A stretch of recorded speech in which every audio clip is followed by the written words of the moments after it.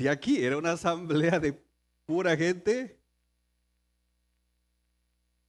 problemática, pero había también un grupo de personas que dice la mayoría, o sea, la mayoría, ¿qué cosa?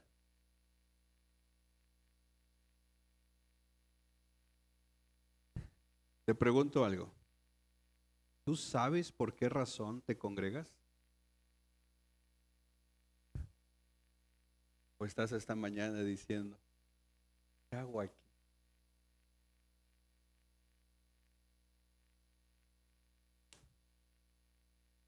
Nuevamente, podemos, porque decimos, vamos a la iglesia y muchas veces, aunque estamos ahí, no estamos siendo iglesia. Voy por un montón de razones, pero muchas veces no por la razón correcta, por la razón bíblica. Tal vez hay quienes están esta mañana acá, pues porque su papá lo trae, su mamá los trae. Y no. Otros tal vez estamos acá porque nos toca hacer algo. Si no, esto es como cuando me toca servir, llego temprano, pero este domingo dice, no me toca servir ahora. ¿Qué decimos? ¿Puedo llegar? Tarde. ¿Ah? Oye, ¿vas a ir al culto mañana? Pues sí, es que me toca. ¿Ah? Me toca hacer esto, me pusieron, todavía enojados, me pusieron, sí, no tenía planeado ir, pero bueno, ya ni.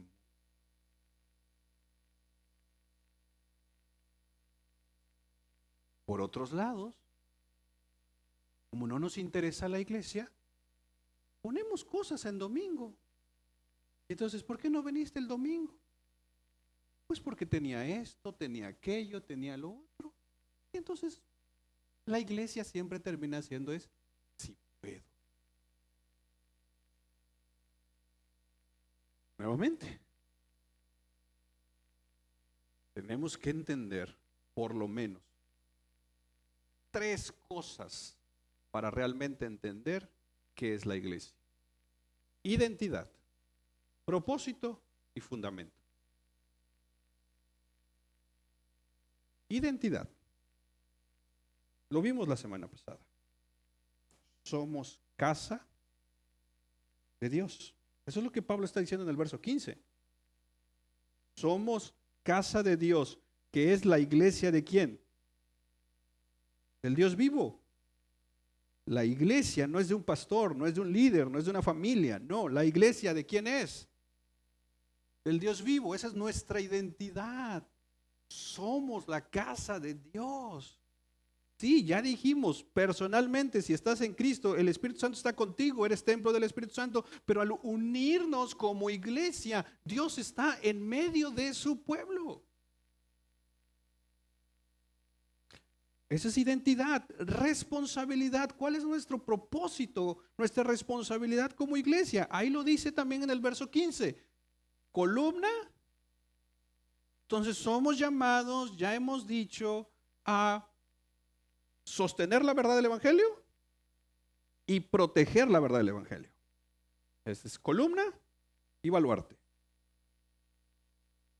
Pero ahora respondamos entonces el fundamento. ¿Cuál es el fundamento de la iglesia? Y eso está en el verso 16.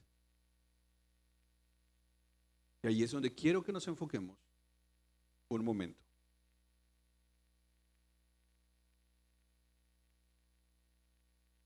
Una iglesia es la casa de Dios, es donde Dios está. Pero cuando nos vamos, seguimos siendo templo del Espíritu Santo. Porque luego adoptamos esta idea católica romana de suponer que como esta es la casa de Dios, cuando yo ya me voy, ¿dónde se queda Dios? En su casa. ¿No? Y entonces allá afuera, pues, a la plaza no va Dios. A la fiesta de 15 años donde hay trago no va Dios. Yo sí voy, pero Dios no. A tantas cosas dices no va a Dios. Porque a Dios, ¿cuándo lo visitamos? Si es que vamos. Pero Dios sabe. ¿Verdad que Dios sabe? ¿Qué sabe? No.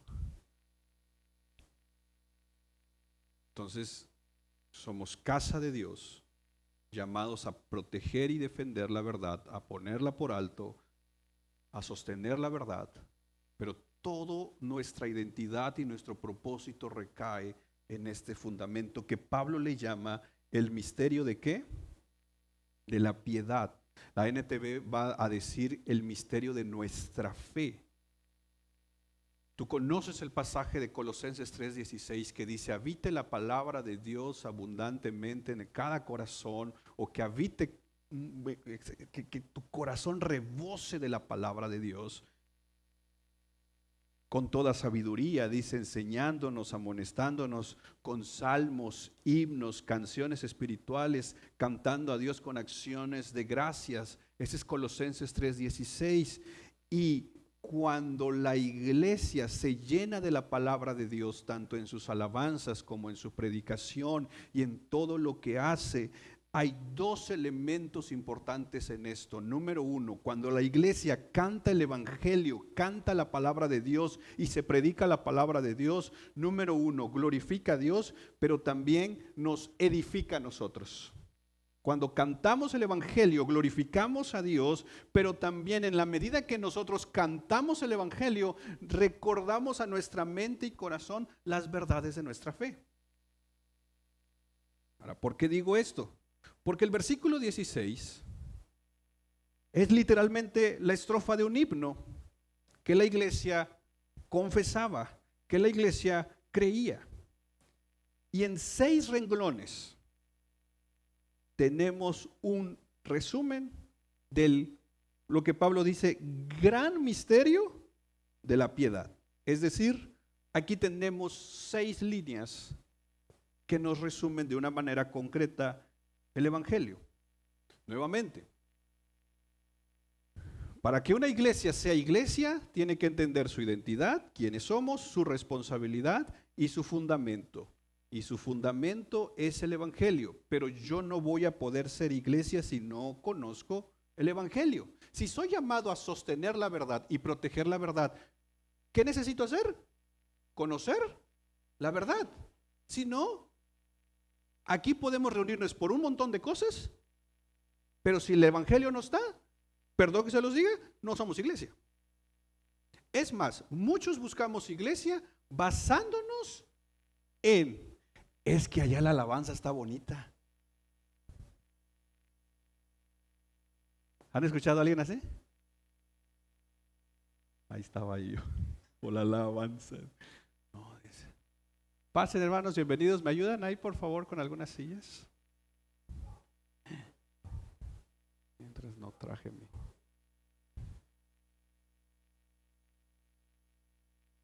Entonces, muchas veces buscamos, como se dice, iglesia que tenga algo atractivo para nosotros. Hay quienes dicen, estoy buscando una iglesia que tenga programa para adolescentes, porque como tengo unos adolescentes y yo ya no puedo con ellos, ahí para la iglesia, ¿no? Y luego le ando echando pleito al maestro o la maestra de adolescentes, que por qué no los educa bien, les dice, ¿qué les está enseñando? ¿No? Otros estamos buscando que la iglesia tenga programas de esto, programas de aquello, programas lo otro, programas de... Y entonces buscamos esos elementos que digas, ok, yo creo que me voy a congregar acá porque dices, aquí hay café con pan. Me gusta y como que es de parte de Dios. ¿No? Bueno, pan ya no hubo hoy. ¿No? ¿Por qué te congregas ahí? Porque ahí va mi no sé quién, mi amigo, mi conocido, mi no sé quién. ¿No? ¿Y te gusta? No, pero ¿Por qué te congregas ahí? Porque me queda cerca de mi casa. ¿No? Entonces, ya no hay tanto tema, ¿no? Entonces, suponemos que por llegar a un lugar y hay algo que nos gusta, entonces, en automático, yo ya soy parte de una iglesia.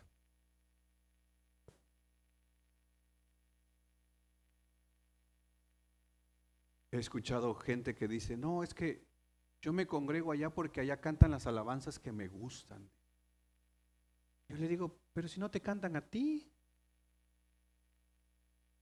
le cantamos a Dios. ¿Ah?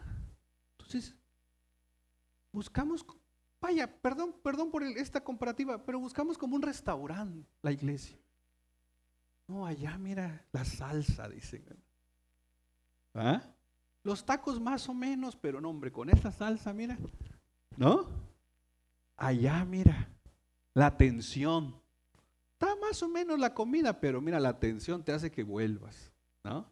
Allá, mira, te tratan mal, pero mira el taco, ¿no?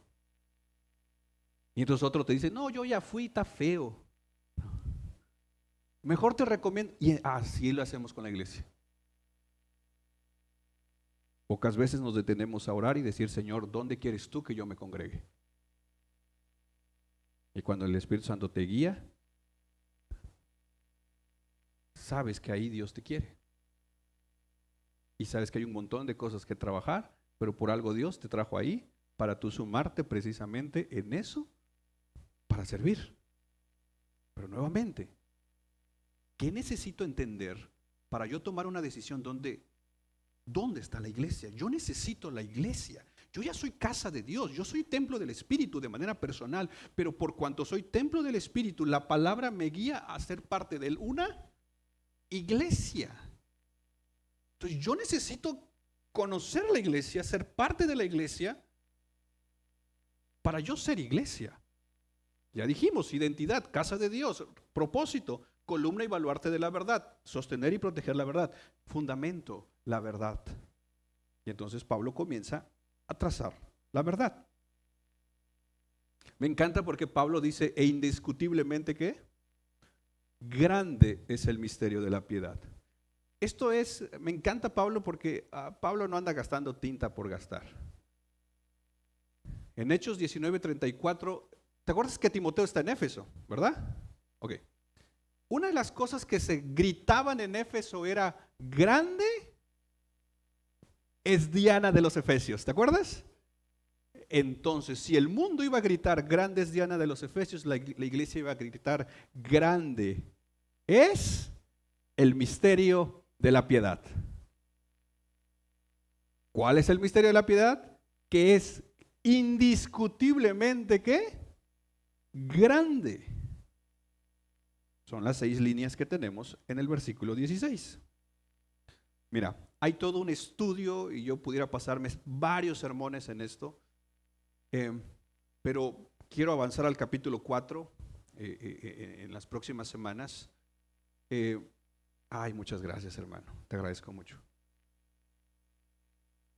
Al ver la estructura de este himno y su significado, pero vamos a ir nada más viendo muy por encima de las cosas. De entrada, quiero que veas la estructura general. Manifestado en carne. Eso es en el ámbito, eso pasa de lo espiritual a lo natural, voy a ponerlo así. Manifestado en carne. Vindicado en el espíritu, este es ambiente espiritual. Contemplado por ángeles, ¿espiritual o natural? Espiritual. Proclamado entre las naciones, ¿espiritual o natural? Creído en el mundo, ¿natural o espiritual? Natural, en el mundo. Y recibido arriba en gloria, espiritual.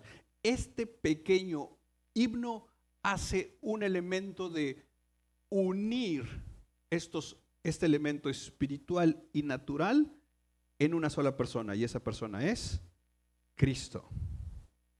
Vayamos con la primera estrofa o la primera línea. Él fue manifestado en la carne. Este himno, algunos dicen que Pablo lo escribió, otros dicen que ya la iglesia lo cantaba y lo único que Pablo toma esta estrofa para ponerlo aquí.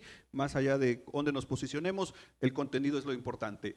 Número 1, Él fue manifestado en la carne. Comienza con la encarnación de Cristo. Si vamos a ser una iglesia, tenemos que ser una iglesia que conozca quién es Cristo. Y lo primero que tenemos que entender en la persona de Cristo es que es el Dios que se hizo hombre. La iglesia tiene que confesar, creer y defender cosas como, por ejemplo, el nacimiento virginal de Cristo. Aquí hay un recordatorio de la gran noticia que hemos recibido. Dios ha venido a nosotros. Él es el Emmanuel. ¿Qué significa Emmanuel? Dios. Y esto es lo que estamos viendo en esta primera línea. Él fue manifestado en la carne porque vino a nosotros. Se hizo uno de nosotros, el Dios de toda gloria se hizo hombre. Si vamos a ser la iglesia, si vamos a ser una iglesia, nuestra fe descansa en que Jesucristo es verdaderamente Dios y verdaderamente hombre. Después tenemos una segunda frase, vindicado en el Espíritu. Si tú tienes una Reina Valera, te darás cuenta que no dice vindicado en el Espíritu. Dice, pero dice en o por el Espíritu. ¿Dice por? Ahí dice por. En otros dicen en, ¿verdad? Esta es una frase un poquito confusa. Porque de entrada Cristo no necesitaba ser justificado. Si Cristo necesitaba ser justificado, entonces estábamos hablando de un pecador necesitado de justificación. Aquí hay por lo menos 3 posibles significados. Número 1, hay quienes han interpretado esta frase de vindicado o justificado por el Espíritu, en el Espíritu, al hecho de que Jesús en su Espíritu era justo, porque Él es Dios. Plenamente justo, plenamente santo. Entonces, cuando habla de justificado en el Espíritu, por el Espíritu, vindicado en el Espíritu, lo que en esencia es un recordatorio de que Él es justo en su Espíritu, porque es el Dios justo. Un segundo posible significado era por cuanto Él es justo, fue ungido en el Espíritu por el Espíritu. Y aquí la palabra vindicado funciona mejor que justificado. ¿Dónde Jesucristo fue vindicado por el Espíritu? En su bautizo. Entonces, si vamos teniendo la línea de pensamiento de este himno, primero Jesucristo nació y en el bautismo fue vindicado. La palabra vindicado no es otra cosa como yo respaldo, yo lo defiendo, por así decirlo. Y entonces cuando el Espíritu Santo viene a él, ¿te acuerdas la voz del Padre que dijo? Este es mi Hijo amado, como diciendo, Él es el cumplimiento de todas mis promesas. Y entonces, el himno nos recuerda al hecho de que el Espíritu Santo vino sobre él para decirle al mundo que Jesucristo es Dios y es justo. Si hubiese sido un pecador, ¿el Espíritu Santo hubiera venido sobre él? No. Por cuanto él era sin pecado, el Espíritu Santo vino sobre él. Otros, yo en lo personal no estoy tan de acuerdo con esta última interpretación. Otros apuntan precisamente a la resurrección, que cuando fue, dice Efesios, resucitado en el Espíritu, es cuando el Espíritu Santo dice donde vindicó o defendió todo lo que Jesús hizo y dijo, como diciendo, vean lo que Dios, lo que Jesucristo, que es Dios, dijo e hizo, era verdad. Para muestra la resurrección. La resurrección se vuelve entonces un sello, por así decirlo, de que todo lo que Dios en Jesucristo hizo y dijo era realmente la verdad. Más allá donde nos posicionemos un poquito en este término de vindicado en el Espíritu, yo en lo personal creo más en el hecho de la presencia misma del Espíritu en él para obrar todo lo que Jesucristo hizo.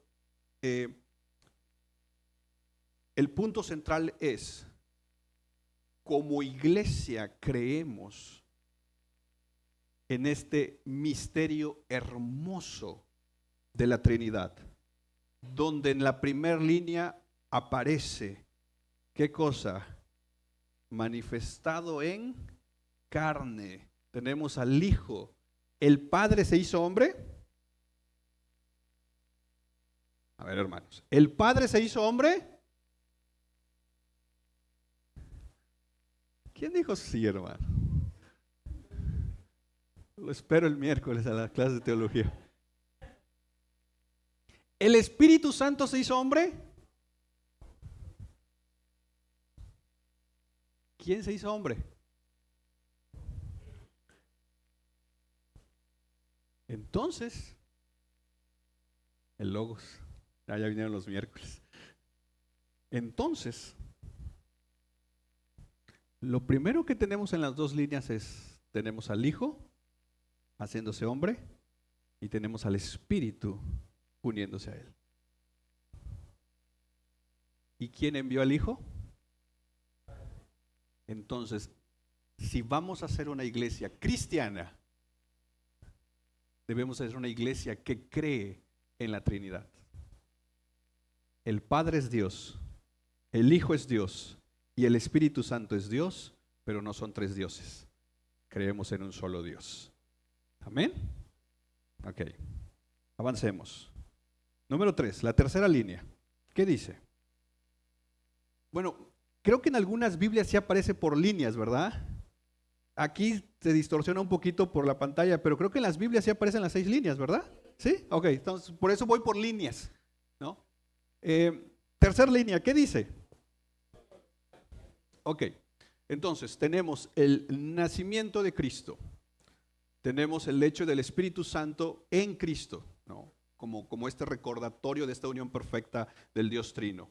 Y ahora tenemos la contemplación de los ángeles.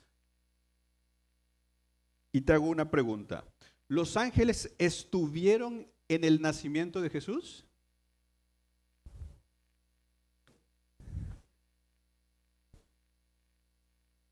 ¿Estuvieron o no estuvieron? ¿Quiénes cantaron, güey, ese día? No era un coro de una iglesia. Estaban los ángeles ahí. ¿Contemplando qué? Ok. Solo por avanzar en episodios de la vida de Jesús.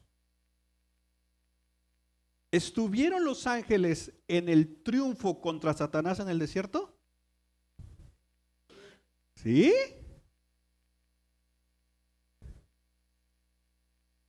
¿Sí o no, hermano? Sí. Dice que al final llegaron a servirle. Como decía, como el policía después del pleito. Que obviamente Jesús no los necesitaba. Pero llegaron. ¿Estuvieron en la resurrección? ¿Te acuerdas cuando las mujeres llegaron? ¿Encontraron? ¿Verdad? Y ellos son los que dijeron que no buscaran ahí, ¿verdad? ¿Estuvieron en la ascensión? ¿Te acuerdan? Cuando le dicen a los discípulos, así como lo vieron ir, así lo van a ver, regresar. No. Entonces los ángeles estuvieron presentes a lo largo de toda la trama, por así decirlo, o de todo el caminar desde el nacimiento hasta la ascensión de nuestro Señor Jesucristo. Pero cuando habla de contemplado por los ángeles, el escritor aquí, ya sea Pablo o el quien escribió este himno, acuérdate lo que te dije este primer momento, antes de empezar esto, estos dos ambientes espirituales y naturales, ¿no? El nacimiento en carne lo podían ver los pastores, por así decirlo. Vindicado en el espíritu era algo espiritual. Contemplado por los ángeles era algo espiritual, era en el ambiente espiritual. Y en ese ambiente espiritual, ¿sabes quién más contempló a Cristo? No solo los ángeles de Dios, también los ángeles caídos. Ve tantito conmigo, no sé, creo que es Marcos capítulo 1, creo, no sé.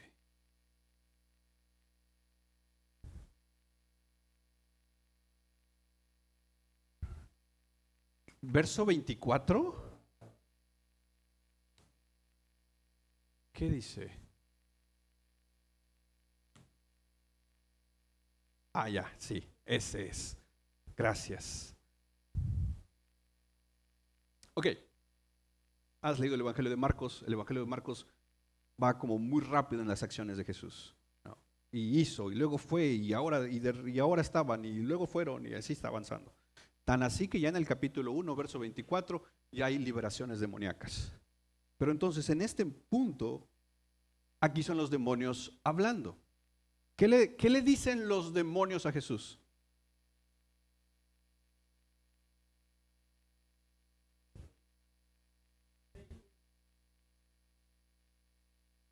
¿Los demonios sabían quién era Jesús? Lo reconocieron a la primera. Sabemos quién tú eres, el Santo de Dios. ¿Te das cuenta de esto? Los demonios lo ubicaban, los ángeles lo ubicaban y su pueblo lo rechazaba. Jesucristo, mientras caminó por la tierra, ángeles y demonios lo contemplaban.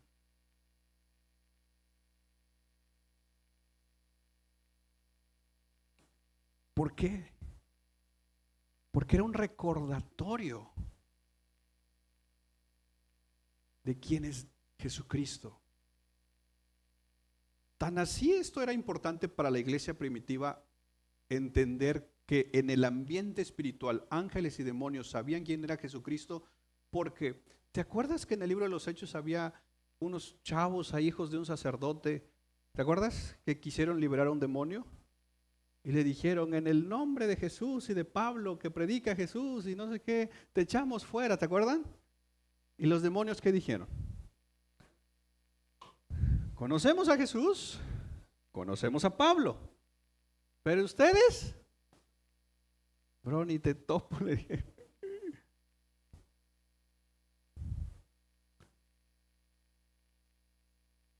¿Será que en el mundo espiritual nos conocen?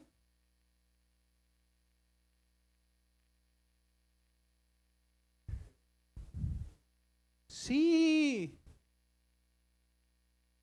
porque mire, si pudiéramos descorrer un poquito la cortina de esta realidad natural y ver la realidad espiritual, la Biblia dice que el mundo está pues, bajo las tinieblas, bajo Satanás, bajo el dominio de Satanás. Y tú y yo dice que somos luz, ¿verdad? No somos una luz. Entonces imagínate una noche oscura donde cada uno de los cristianos son luz. Por ejemplo, en tu trabajo. Imagínate que se va la luz, queda todo oscuro y el único que tiene una lámpara eres tú. En lo espiritual es así. Tú eres luz.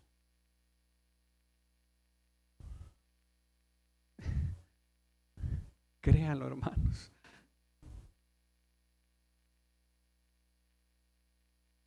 Entonces, los ángeles nos conocen. Es más, Hebreos capítulo 1 dice que son servidores de la iglesia. Pero también los demonios nos conocen. ¿Será que los demonios nos atacan así como ahorita está nuestra vida de oración? ¿Será que nos atacan los demonios? Así como está tu vida de oración ahorita, ¿qué dirá el demonio? ¿Para qué lo atacamos si ni ora?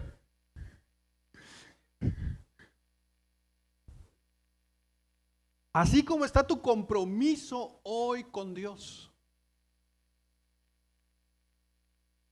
¿será que te ataca el enemigo?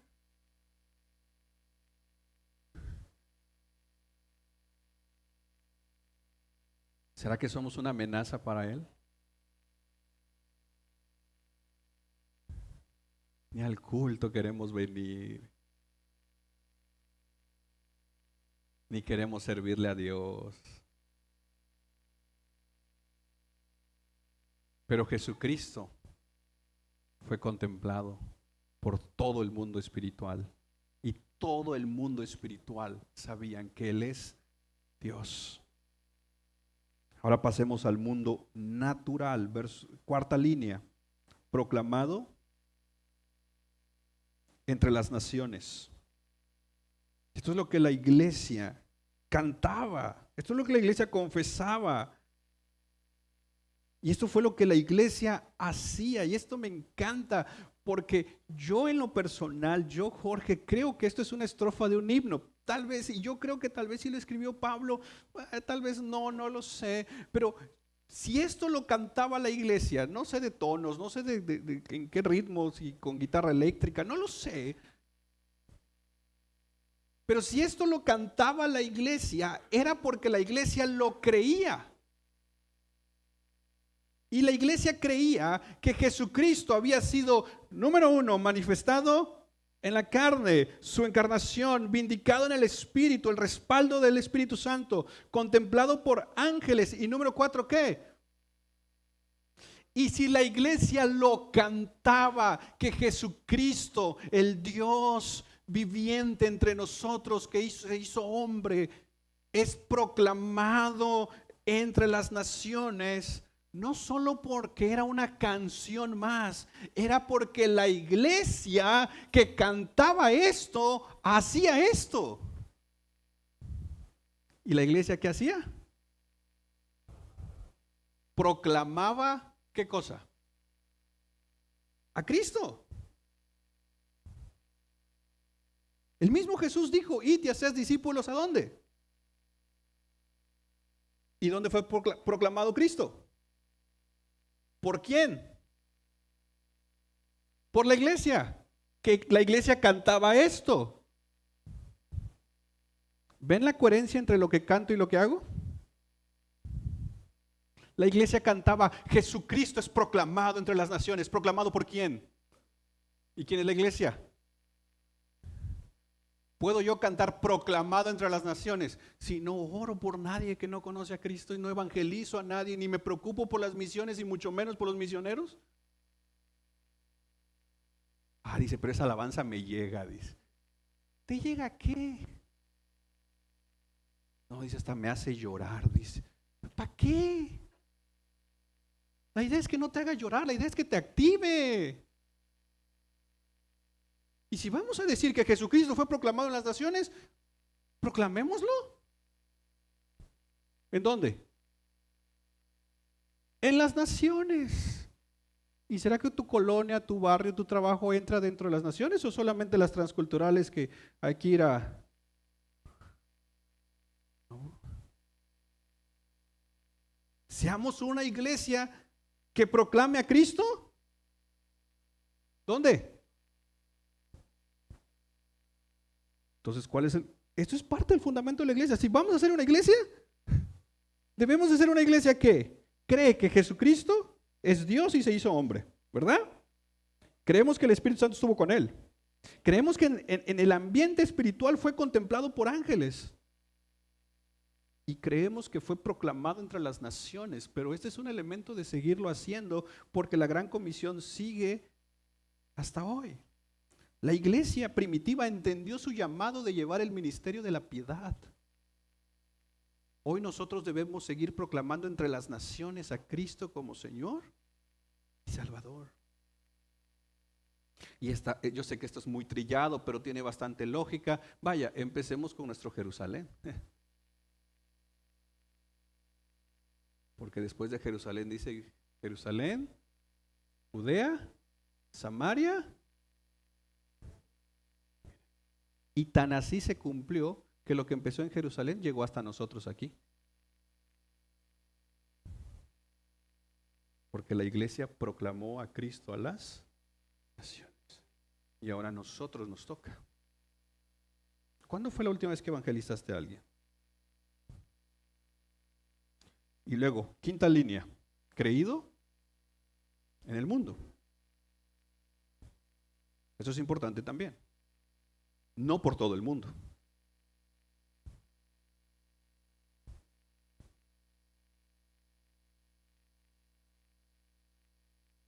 Porque no ha habido una época en la historia de la humanidad donde todo el mundo haya creído. Aún mismo en Jerusalén, en los primeros capítulos del libro de los Hechos, se hablan de conversiones de 3,000, 5,000, ¿te acuerdas? 2,000, grandes conversiones. Pero no dice qué, todos. El himno nos recuerda que Jesucristo es creído en el mundo, no en el sentido que todo el mundo creyó en él, no, sino en el hecho, o el sentido aquí es que Cristo es creído por personas que están en el mundo, en todo el mundo. Por eso cuando la profecía de Apocalipsis dice que en aquel día estaremos delante del trono gente de toda lengua, nación, tribus, porque Jesucristo ha sido creído. Nuevamente, acuérdate estos elementos de lo espiritual a lo natural, contemplado por los ángeles, dijimos, espiritual, proclamado entre las naciones, natural, creído en el mundo, porque Jesucristo debe ser predicado. Miren, hermanos, ese tema que a mucha banda le gusta de la guerra espiritual, y hay hasta conferencias de guerra espiritual y seminario para hacer guerra espiritual y la guerra espiritual y la guerra espiritual y hasta que el organigrama de los demonios. Estuve en un evento donde la conferencia, una persona trató y dijo, yo he mapeado, ¿se entiende la palabra mapeado? ¿Se entiende? Yo he hecho mapas, dijo. Mapeado, hice un mapa, dice, en esta ciudad, no voy a decir dónde, pues lo van a ubicar. Dice, yo hice un mapa en esta ciudad donde yo ya tengo ubicado las huestes y potestades demoníacas y sé en qué colonias están.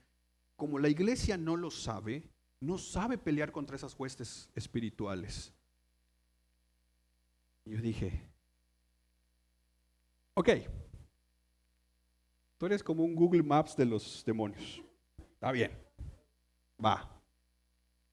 O sea, si yo busco demonio tal, tú me vas a decir dónde está. Va. Y le dices a la iglesia que la iglesia no sabe y por eso la iglesia no sabe pelear. Ok. ¿Cuál sería la lógica en ese pensamiento? Yo sé, pero ustedes no saben. ¿Cuál es la lógica? Les voy a enseñar. Ah, no, pero el curso para mapear demonios tiene un costo.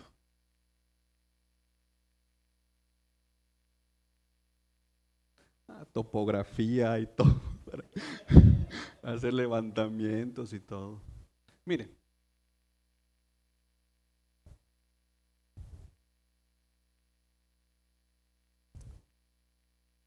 tú y yo no somos llamados a andarnos peleando con los demonios.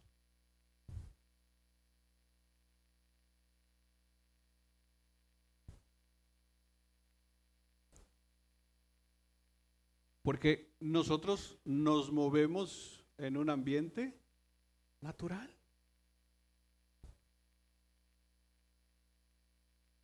Y Jesucristo no dijo, id por todo el mundo a pelear contra los demonios. No, ¿qué dijo? Pero ¿qué es más fácil, pelearnos con el demonio o andar predicando a Cristo?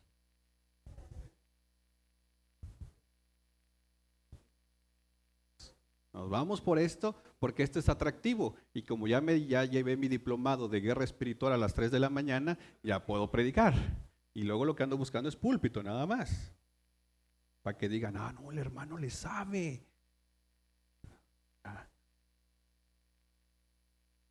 No. Jesucristo no te llamó a ti ni a mí a andarnos peleando con los demonios.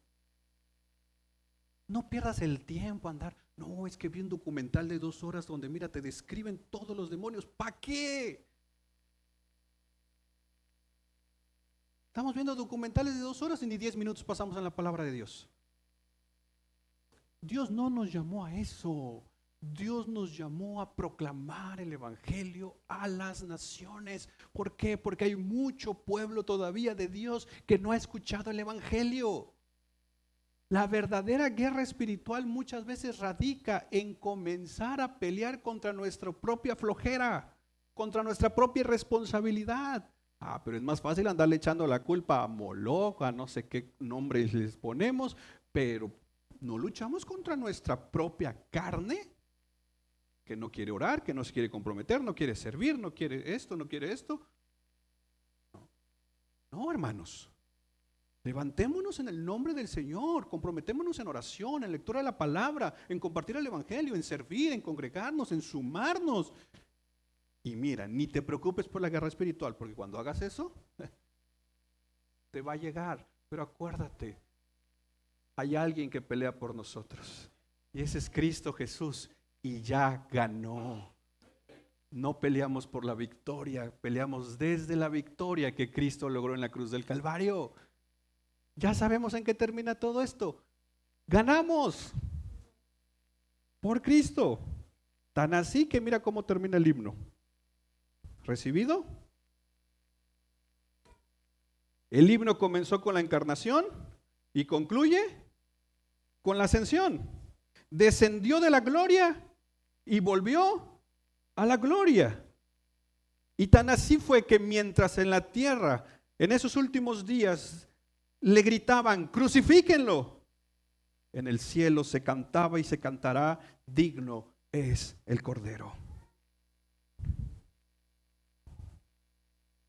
La iglesia, que es columna y baluarte de la verdad, debe entonces conocer esta verdad para proclamarla y defenderla. Mis hermanos, si queremos ser una iglesia de Cristo, una iglesia cristiana, no basta solamente con venir, reunirnos e irnos como que si no pasa nada. No, es importante y necesario profundizar en el evangelio, profundizar en la palabra de Dios, desde las alabanzas, desde las oraciones, desde la predicación. ¿Por qué? Porque en esa medida, lo hemos dicho y lo he dicho muchas veces, en esa medida conocemos más a Dios, y cuando tú conoces más a Dios, amas más a Dios, y cuando tú lo amas más, te comprometes más con Él. Como iglesia somos llamados entonces a conocer a Dios, amar a Dios, para servir a Dios. Pero no vamos a poder ser columna y baluarte de la verdad si no conocemos la verdad. Y la verdad es Cristo. Amada iglesia, gloria demos al Señor que nos permite ser parte de esta congregación. Y sí, tenemos muchas cosas que seguir trabajando y muchos pendientes que atender. Desde el tema, desde que se nos viene el agua, hasta miren, con Nailo tenemos las teles, hay mucho trabajo por hacer. ¿Saber quién hizo favor de romper allá también? Fui yo, hermanos, perdón. Hay mucho trabajo por hacer, pero también hay muchas personas que necesitan el Evangelio. Y nosotros somos la iglesia, que creemos en que Jesucristo se hizo hombre, vindicado en el Espíritu, creído, contemplado por los ángeles, proclamado a las naciones, creído en el mundo y recibido en gloria, donde hoy está intercediendo por nosotros y su iglesia lo espera para llevarnos con él. ¿Vale la pena servir al Señor? Dale un aplauso al Señor y ponte de pie, vamos a orar. Ponte de pie, vamos a orar. Y vamos a juntos cantarle una alabanza al Señor. Vamos, ora al Señor. Padre, gracias por recordarnos estas. Nunca dejarnos. Y gracias porque somos tu iglesia para la gloria de tu nombre. Vamos, iglesia, sigue orando.